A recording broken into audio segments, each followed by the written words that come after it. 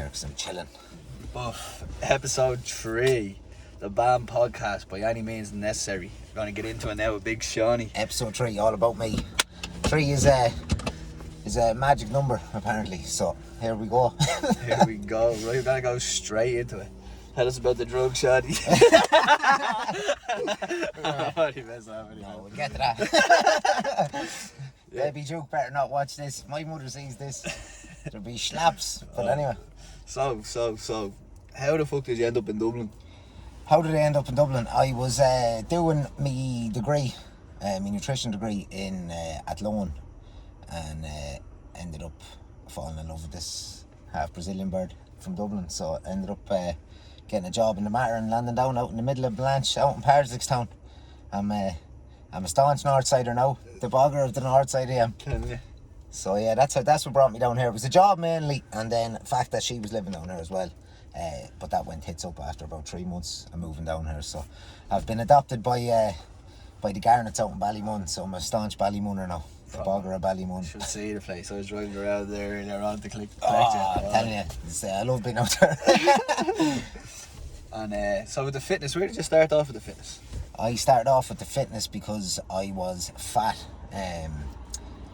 I was very obese as a teenager, heavily obese, had started to get really bad health problems around it as well, had breathing problems, and was just literally just piling on the weight, couldn't stop eating, developed eating disorders, bulimia was one of them. That kind of came later, but I was kind of secret eating before that. The mother would be after doing the shopping and I'd be after fucking robbing bars and shit and hiding them up in the room, that kind of shit. But then when it came to my teens then, just was kind of started feeling guilty because obviously I start getting a bit bullied and people slagging. Now I'm thick-skinned, it'd be all a laugh, but you know the way lads would be slagging. It does affect lads. So I was obviously then sometimes feeling guilty about what I was after eating and end up going and sticking my fingers down my neck, you know. So that was going on for a couple of years. A lot of people didn't know about it. A few close friends from back home, one of the main lads that I'm still my best mate Paddy back home, he would have known about it, and he would have been a good help to kind of help me get over that, as well as going to the teen clinics and the obesity clinics and the eating disorder clinics. So my ma literally brought me to a gym up over where my dad's pub was in Longford. I was 14, wasn't allowed to use any of the weights. Up on the fucking treadmill, up on the bike. The weight started falling off, and then I ended up getting a weight bench off a mate of mine, and once the weights come into it, then that was it. Flat out training completely wrong. It's completely wrong. I was doing bench press, bicep curls and running. That's all I was doing in a little box bedroom. But that's how I started off with the fitness, and then I just knew that I was going wrong so much over the years, and then I decided to step into that world and start coaching a bit and learning how to coach, and got a few certs in strength and conditioning.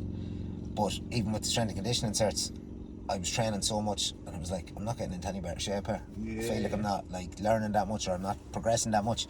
Realised it was just a diet, and went back then and started studying nutrition, and that's how I kind of ended up here. Yeah, because you're in some nick now. Compared to what I was. I'm telling you. You know what I mean? I'm skinny now. My mother keeps calling me skinny every time I go home. She misses me. She misses the big cuddly Seanie, but he's dead. He wasn't healthy. You know what I mean?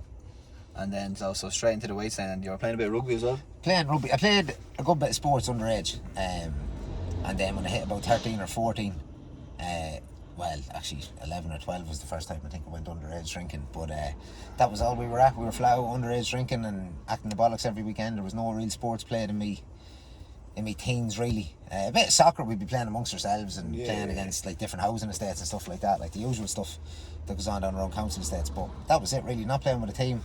And then 18, I decided to go back playing rugby because I played a good bit of an underage. Felt like I was a strong enough young fella for my size and that, and just kind of got engulfed in that for years, but never really, as I said in the last podcast, never really dedicated myself. But I just loved the atmosphere up there. The training was savage, good camaraderie, and that was it really. Rugby, bit of Gaelic, lots of combat sports, done a lot of boxing, and trained a lot of Thai boxing. Didn't have any fights in that, fuck that. Legs would be broke up. Yeah, no, I wouldn't be able for that. I seen a couple of Fabio Foster's fights there, and I was like, imagine getting into the ring with that sicko and him burying you with fucking leg kicks. Yeah, I'm gonna hope. No, so yeah, it was mainly field sports, a bit of boxing.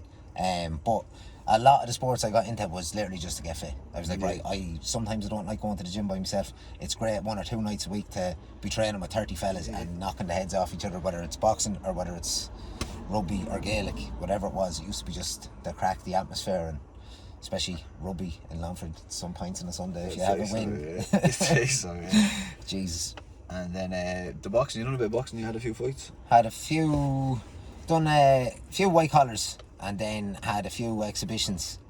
Just, well, it was warming up for the Celtic Box Cup tournament when I came back. I was only, not came back as if it was fucking LA Coach. I looked I was back.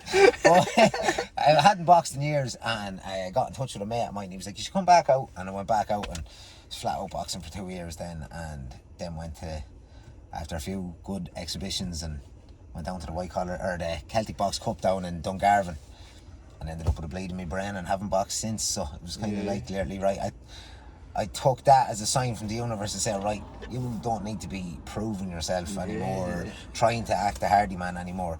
Chill the fuck out, because that's what it was like for years. That's it, start yoga. Look at me now. I'm telling you, I'm calm, I'm zen. Even though some people, they'll be pushing the button some days now, to be honest with you, but I had to just try and take a deep breath and woo sad out of me. But that was it really, yeah. Just always enjoyed training something, you know. It's a mad transition though to go from like boxing, lifting weights, and then going to yoga, do you know what I mean? Yeah, but the thing was, I got into the yoga obviously because I was in so much pain after playing rugby and doing strongman, and I was doing the yoga before I was even doing the boxing, but like I was in so much pain from all the training, and I just started the yoga just to kind of release, but then I just got engulfed into it and just realised how beneficial it was just for your mentality so as much well. to it, like. Yeah, I calmed down so much when I started doing yoga. Wasn't half as aggressive. When you're in that environment where it's doghouse rules on a Monday night, when you're playing rugby on a Tuesday night and it's murder ball for an hour at the end. Murder ball is literally like you're in 20 metres of space and there's 2 teams against each other. It's no space, someone's getting hit, you know what I mean? And I wasn't the biggest of fellas. Sometimes, some seasons I might have been a bit heavy, but it wasn't like the biggest fella up there, you know. So it was just a big transition coming to something that actually mellowed me out so much, because even my friends would say it now. I used to always be in trouble. Always, someone couldn't say anything sideways to me. It was always me getting kicked out of the nightclub, pretty much. Whether it was my blood on me or someone else's blood on me. Just pure fucking scumbag, skullduggery shit to be at, like trying to prove myself because of this fake machoism that we see in society. Lads have to be staunch and... But there's ways of getting that out. Like I find myself to get you, like with running and pushing yourself, and you can do it internally rather than externally. Do you know what I mean? That's it. Lads don't have the facilities in. I find down in the Midlands. I'm sure there's a lot of people from the Midlands that agree with that. Like there's really fuck all for young lads to be at. Especially if you're growing up in a rural town. In the parishes, you're a little bit sheltered, but when you're in the town, there's fuck all to be at, really. You know what I mean? There's a few football pitches. That's it, really, and you just kind of end up doing stupid stuff, being on the gargle and fucking stupid stuff. But anyway. But you learned anyway, that's the I learned, I learned the hard way. I got a few kickings now myself over the years. Jesus Christ. Anyway, you wouldn't have kicked the dog the way sometimes I got kicked.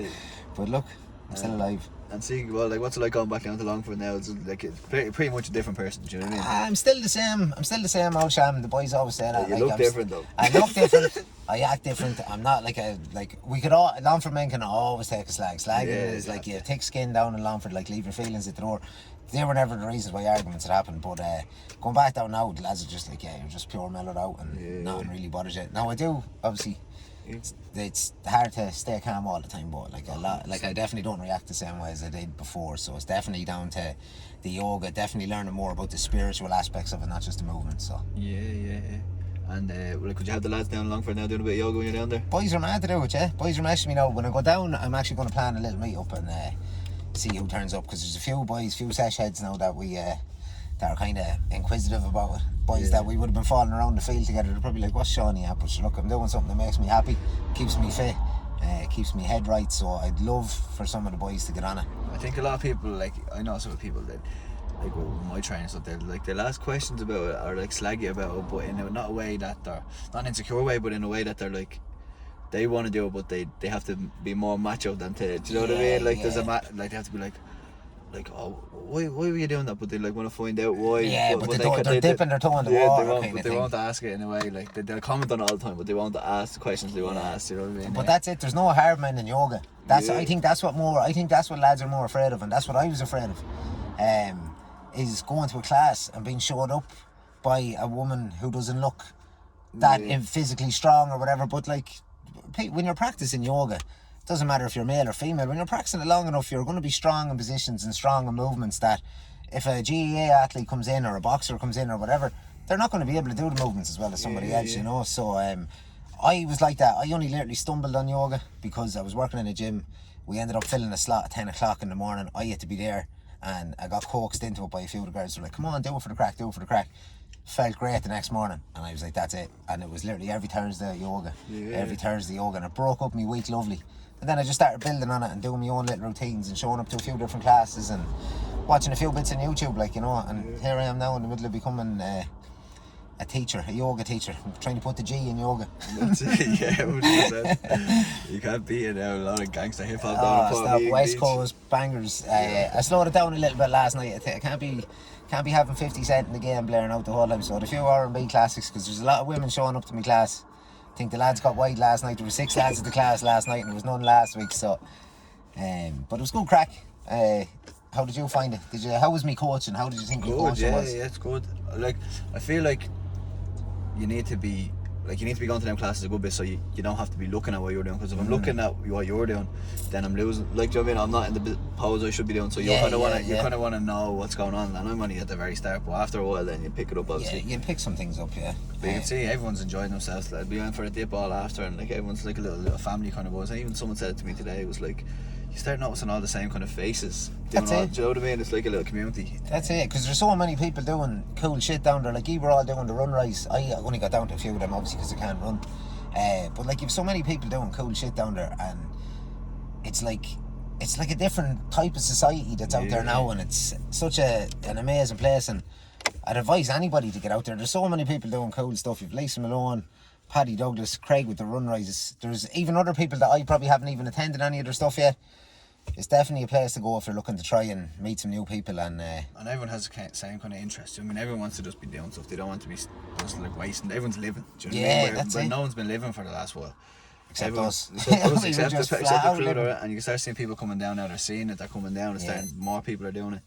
It's a good community of people, and like some people like doing one thing or the other, but at the end of it, we all dip. Do you know what I mean? Everybody goes for a dip. So everybody's whether in the you're doing yoga, you're running, or they're doing strength conditioning or something, everyone will go for a dip together. Like that's it. There could be 4 things going on down there all at once, and people have their own little kind of thing. At least with the Shakti dance, Grace might be running a fitness class. I could be doing a yoga class. They could all be going on at the same time, and they could all be full. And then everybody's just up in the shelters after having a little bit of a morning rave, in for a dip, coffee after. Like, we got going there, one of the girls from work and a few of the other girls ended up going out, and we were there 4 Saturdays in a row, and we were just like, they're the best Saturday mornings ever. And then we were strung out when we missed it one Saturday. The 4 of us ended up missing it the following weekend, and we were texting each other going, what the fuck's going on?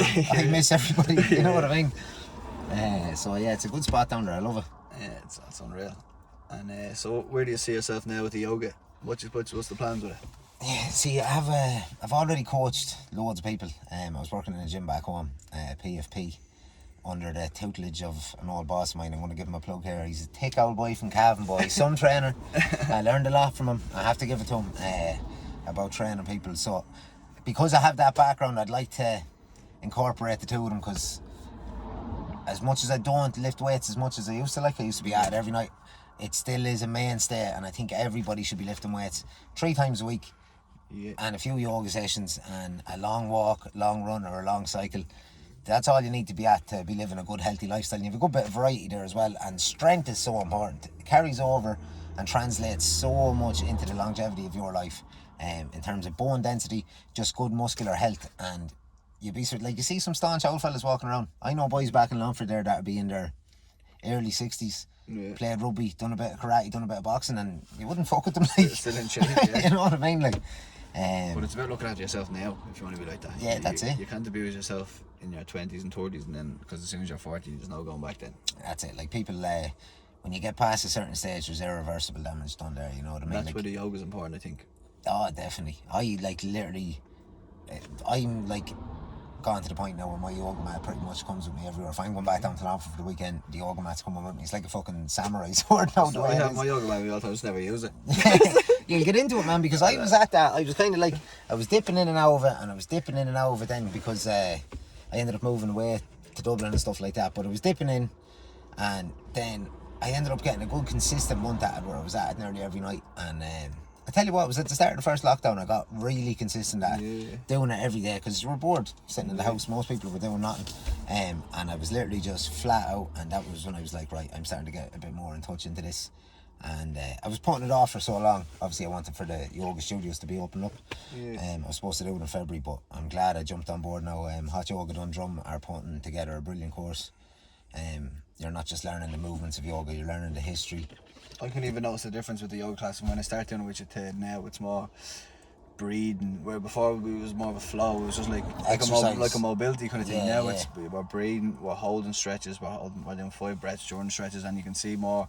It's more yoga now, but before it's more kind of mobility and exercise. And but you'll find your way then of like still doing what you want to do. We still have the hip hop tunes going, but then bringing it a bit into like the old school kind of yoga buzz as well. Do you know what I mean? That's it. I'm finding I'm in yoga college this weekend as well. I'm really looking forward to it. I think this is the 4th weekend, and I can find every week every weekend I'm after spending there, and even just looking at some of the notes, I'm just picking up different aspects that I think is going to combine well with the strength and conditioning background, and as you were saying, the mobility stuff.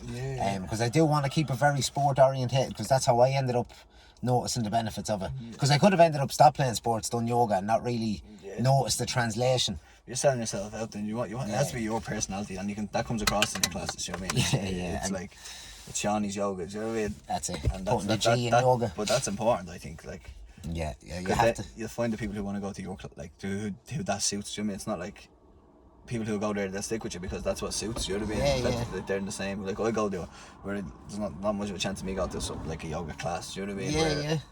That's more so now, but there wouldn't have been. Because you're loyal to your man. But I got some nice messages. Got some nice messages this morning off people, and they were like, because as I was saying on my Instagram, I was like, I had a bit of a bad day and I was nearly going to pull the plug on it, but I was delighted because a few people had messaged me saying that they were so stressed out, and a few people messaged me this morning and was just like, slept like a baby last night, feel great, thanks very much. And I'm like, right, this is this whole studying yoga and the history and the philosophy and the breathing behind it, and just even when I was telling you yesterday to kind of close your eyes, I guarantee when you're feeling stretched is a little bit different when you have your eyes closed because you're taking away your senses. But I think it's all like coming together really well, and I can't wait to get qualified up. But even when you get qualified, I'm qualified as a 200-hour yoga teacher. I am not like a yoga master. There's so much more I want to learn. There's so many courses I want to do. I'd actually love to go to India if things would open up a little bit better, and go out and actually get deep into it, like in the homeland for it. Like. Should definitely, though. It's definitely something you should do. You're giving it full whack now, do you know what I mean? Yeah. I really see it as a business. Like, I really see this being like my passion turning into something that's going to like take me out working for somebody else. And that I can monetize it to give myself a decent life out of it. Like, not looking to become a fucking gazillionaire out of yoga, even though there's billions in yoga. I'm just looking to keep myself going. That's it. Just to be happy and help people as well. That's it. Floating around, doing a bit of yoga, training a few people, helping people out with nutrition. That fills your week up, like when you're meeting a few people, like, you know. So come a long way from fucking kitchens to Longford. Oh man, kitchens is a long way from just stupid stuff. With kitchen master, the yoga master, whipping shit up in Pyrex.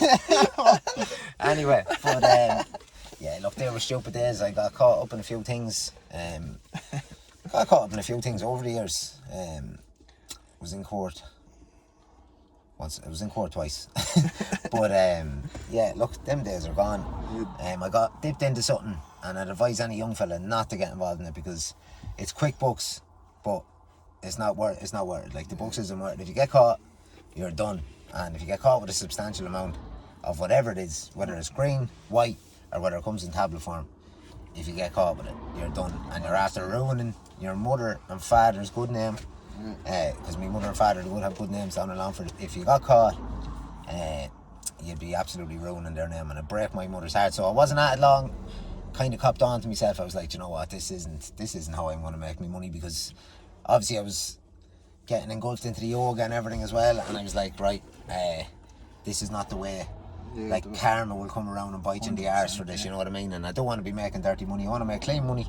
I want to make good money in a good way that I want to feel proud I done that. I made that, you know what I mean? And it's stupid reasons boys get into doing that. They think they're going to get like all the money, all the girls doing stupid stuff, and you're like, but what is that worth? Like at the end of it, who gives a shite what you have? Like you're going into the grave naked the same way you come into the world, you know what I mean? You have nothing. So I'd advise any young fella, cop yourselves on, look after your body, look after your ma, because you won't realise until you're probably my age how many sacrifices was made for you to have a half decent life, and then there you are pissing it down the fucking jacks, drinking and sniffing the head off yourselves. So take it from an OG. From the OG. It's not worth it. Yeah, definitely not worth it. And what's the travel plans? The travel plans was supposed to be in Australia last October. There's a right click of me Longford comrades out there now at the minute living it up, and I was going to go in February, and two mates were like, will we put it off till October? To be honest, I was kind of rushing it as well. I was kind of like, right, I haven't just about enough money, but I didn't want to be going out pressurising myself, you know, that way. So I was like, right, I'll put it off till October. And of course, COVID. Full stop. There was nothing going. But when the world does open up, I'm thinking maybe Canada, but it's going to be 12 months down the line. I have a few things to do here.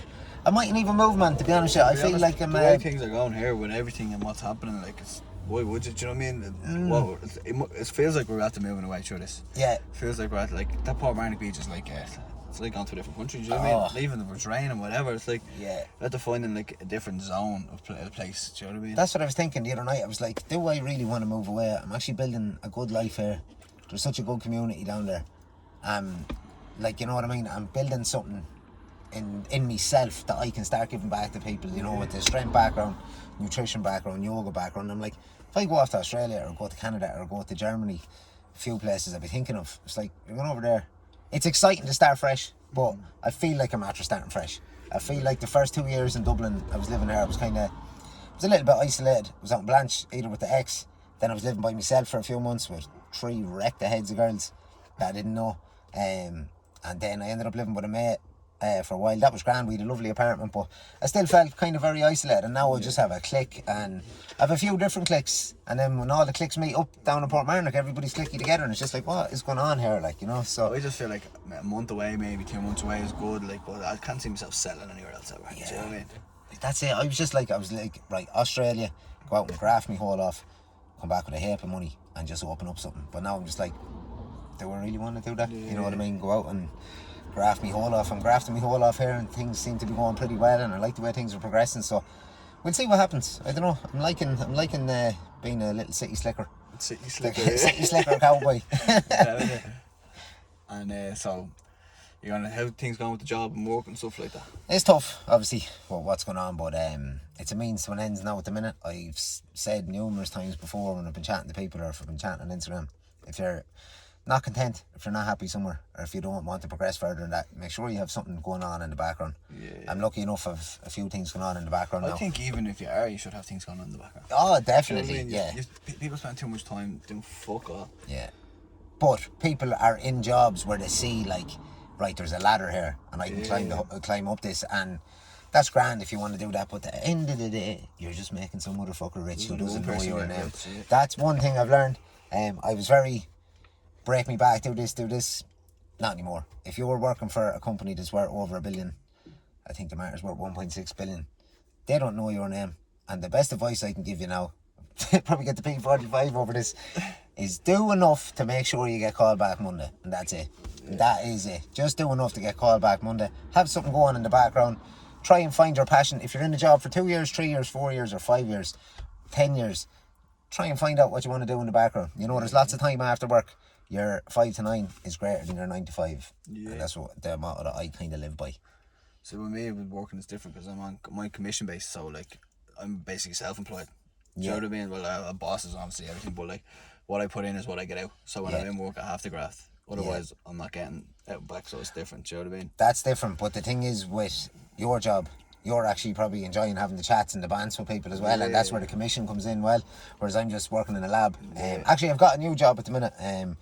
I am, after getting trained up as a phlebotomist, so the last 12 months. I have to explain what that is, because I don't even know what that is. Phlebotomist, is someone who takes blood. Yeah, so I've trained up for that in the last 10 months, and I'm in doing my yoga teaching. So within 12 months there, I'm after adding 2 arrows to my bow. Mightn't fire any of them, but at least I have them if I end up going anywhere, you know. And that's a thing that I wouldn't have done years ago. It was gas. I found a CV on my laptop. I'd love to put it up. Stick it up, bro. You want to see the state of this CV, and I was looking at the one there that I just recently applied for another job for, and I was like, Jesus. Like, if you could look at your CV, look at the person, and look to see, the person you are now. Actually, I might actually do a post on that, because it was actually like the worst CV you could ever think. You want to see the state of my leaving cert, man? I think I got honest to God, I think I got about 85 points in my leaving cert. I was no good in school. I was an absolute bowsy. Never went in. So yeah, my CV. I have a degree now. You know what I mean? So it's like chalk and cheese. You went from failing your leaving cert to getting an honours degree and a level A fucking science degree. You know what I mean? So, and that's just changing your mindset. That's it. Like, you can do anything you put your head to it, but you have to be interested as well. Yeah, that's it. If you're not interested, you no go. You need to find out why. 100%. Why you're doing it. Do you know what I mean? Because I actually just said to myself at 23, I was like, right, I'm sick of acting the bollocks here. Drinking, drugging, falling around the town for every weekend, spending money left, right and centre that I didn't even have. I was right, I'm going to go back and do something. Went up to the VEC in Longford, the education centre, and they were like, oh yeah, you should probably go into computers. And I was like, why? And they were like, oh, there's always jobs in IT. Done this computer course for like a week. And I was like, this is absolute muck. So they had this open day, and some fella from Athlone IT came in and said about all the courses that were on offer over there, and I heard health science and nutrition, and I was already flat out like training, and I was like, nutrition, that's the part where I'm going down. So I organised a meeting the next morning, and I was like, right, I want to get into that nutrition course, what do I have to do here? And they were like, oh, there's a basic science course, do you want to swap over? And literally swapped the following week, because I just knew, I was like, that's it. That's where I need to go. Even if I don't, like, I'm helping people now with nutrition, but even if I don't make that my mainstay, it's like, I know for myself what's good. I know what food I should be putting into myself. And that's where I think a lot of the population are so unhealthy and so unfit, is because they're not educated. They don't know, yeah, and it's an easy way. Your brain's wired to eat a higher calorie meal, do you know what I mean? You can but it is like, if you look at the burger and you look at lettuce, do you know what I mean? Your brain's wired to want the burger. Like, salivating like a Rottweiler looking at the burger. It's mad. But yeah, you'd have to, I think that's what one thing the HSE should be looking at now. Is definitely focusing on promoting health, because you don't see enough of it anywhere, you know what I mean? And people want it, do you know what I mean? That's it. Like, Ireland has got so healthy, like, over the last 10 or 15 years, but it's still brutal. Well, it's just it's a gap of people, so people are getting healthy here, and then people are going this way as well. Yeah. There's no really in the middle, do you know what I mean? There's no, like, lifestyle, people who have just a decent lifestyle, you're either just one way or the other, do you know what I mean? That's what I see anyway. I'm a little bit older than you, so I can see a big change in lads in their mid-20s. Yeah. A lot of lads in their mid-20s, early 20s are looking after themselves real well and doing a lot of running and competing in that, and that's kind of the way life has gone over the last 3 or 4 years. But I remember when I was in my late 20s, it was like just ruining yourself, you know what I mean? No interest in, like, you would have an interest in looking after yourself a bit, but not competing in something that was so challenging, like, you know, a marathon like that. So fair play to all the young lads now. It's great to see people come on. I'm telling you, I'll be back. Try and beat that fucking time when I get this knee sorted out. That's another thing. You might do it on your bike. I do it on my bike. I don't know, man. I was a staunch old runner. Like, I done 21, 26 for a 5k, and I was 93 kilos in the flat out playing rugby. No training. The gym I was working in was after kind of being a sponsor for this, so I got roped into running a team from the gym, and so I think I'd be alright if I picked it up, but I don't know if I beat you, man. I was cycling beside you on the bike one day, and I was like, where is he gone? I got off to go, I had to go for a Jimmy in behind the tree, and then came back. I was literally gone for like a minute, and then come back out, couldn't find him. I was cycling for about 4 or 5 minutes, he was gone that far. So I don't think I'm going to get that fast. We're going to do a triathlon, triathlon, definitely. I'm going to have to buy a new bike. Get the swimming down. The cycling is probably the easiest part, but it's the longest. The running I have down, the swimming is just like, oh. Yeah, I'd cycle all day. I'm grand cycling. I don't know what, I've never actually timed myself on a cycle. I must look into timing myself, but the swim is what'll kill me. I'd like to think that I'm a great fellow out doing these sea dips and the whole lot, but I got a bit of a fright out with the Vicos, whatever you call them. I went out with a mate of mine and jumped in, didn't think much about it, and was in for about 10 minutes and was making my way back to the ladder.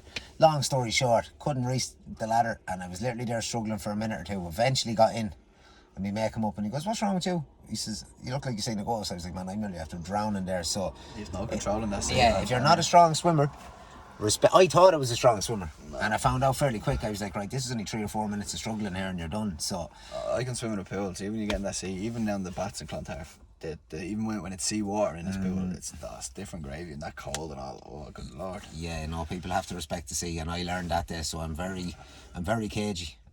But I'm in the middle of a knee surgery appointment next on the 4th of August. I'm gonna get that sorted out and get the knee surgery done. We'll be maybe going for a triathlon early next year. Yes, definitely. And see what we're like for an Ironman with a very slow time, but we'll get it done. done. The half Ironman anyway early next year, and then we go for the full one. Yeah, definitely. This is the whole thing now, why I'm liking this little bit of chemistry between me and you, because it's going to be fun, competitive, you know what I mean? Yeah, until Jiu-jitsu, it's a bit of running, until it's the final episode of the BAM podcast. That's how we're going to finish this. It's just going to be a straightener. The last episode is going to run a marathon and have a fight at the end. Yeah, we're going to run a marathon and we're going to nearly knock the heads off each other. And what's your mate's name? Seanie Kelly, you follow him on Instagram, is it? He's going to ref it. He's going to be the fair player, man. He's my man, you're fucked. Don't worry, man, I'd be hitting you a one here. There'd be no referees needed. And do you have anything now? We finish this one up, do you have anything you want to say or anything you need to... I've nothing I want to say really. Just keep an eye out. I'm going to be doing a lot of cool shit. I'm going to put a lot of effort and time into myself. I didn't do that when I was younger, and that's why I'm playing catch up now. But I think I've caught up and I'm definitely lapping a few people. So I'm just going to keep working hard, keep grafting, try and make me mother rich and my ex is sick. That's it. So that's episode 3. And that's episode 3 with me. Finding out about Big Seanie now. BAM, by any means necessary. Hope you enjoyed it. We're just here trying to have a laugh.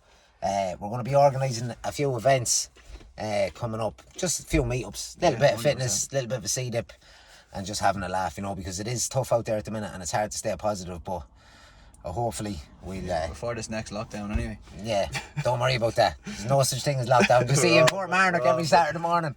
Just take a few back roads. Legends. Mind yourself.